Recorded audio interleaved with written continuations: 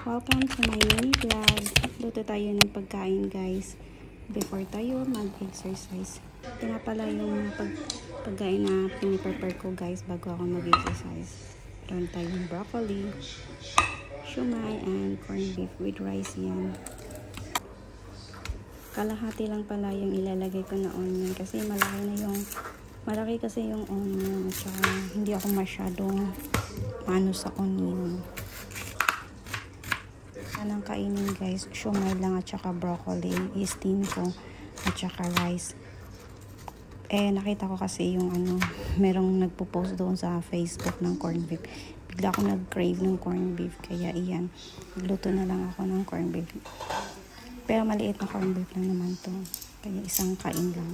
Ayan guys, panaluto na yung broccoli, kaya tinatanggal ko na yung broccoli. Pero parang shumai, parang hindi pa siya luto, kaya continue ko siyang i-steam. Ito-transfer ko lang siya doon sa mga apoy. At lulutuin ko na yung corned beef. Pag nag-i-exercise ka kasi guys, bago ka mag-exercise, kailangan mong kumain ng protein at saka carb para naman meron kang lakas sa pag-i-exercise mo. Hindi man siya masyadong heavy exercise. Parang lang siya, home exercise lang. Walang mga equipment. Tsaka guys, ganun pala ako magluluto ng corned beef. Hindi ko siya nilalagyan ng mantika kasi yung corned beef itself, mamantikain na siya. Kung lagyan ko pa siya ng mantika, mas lalo na siyang mantikain. Kaya, yun lang siya. Hindi kasi ako mahilig masyadong marami sa mantika. Tsaka hanggang mag-dry siya, parang matutos na yung corned beef. Saka ko na siya hapwaon. Saka ko na siya ilalagay sa plate.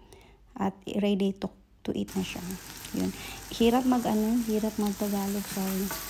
Hindi na ako naglagay na kahit yung nilalagay ko lang pala yung pepper, paminta lang, kunting hindi na ako naglalagay ng asin o kahit ano pa kasi maalat na siya. Ayan, tostado na siya. Kaya ready na siya. Ilalagay ko na siya sa plate. Ayan. Yung shumai, wala kasi akong sauce, kaya yan lang yung nilagay ko. Yung sauce na ready to eat. Ayan, luto na siya. At ready na. Kain po tayo. Parang naparamihan ko yung rice. Kain na tayo guys. Sarap. Ang tagal. Broccoli. Shumai.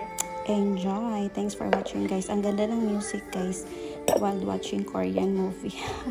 Series pala. Watching Korean movies. Yan, ang ganda, nakaka-love yung music. Nanonood nga pala ako dito ng Healer. Paborito ko kasi si Ji Jong-wook. Hi Ji Jong-wook. Thanks for watching guys.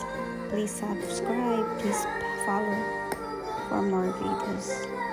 Thank you, bye. See you for my next vlog or my next video. Bye, love you. Be kind. Thanks for watching. Bye-bye. Corned beef.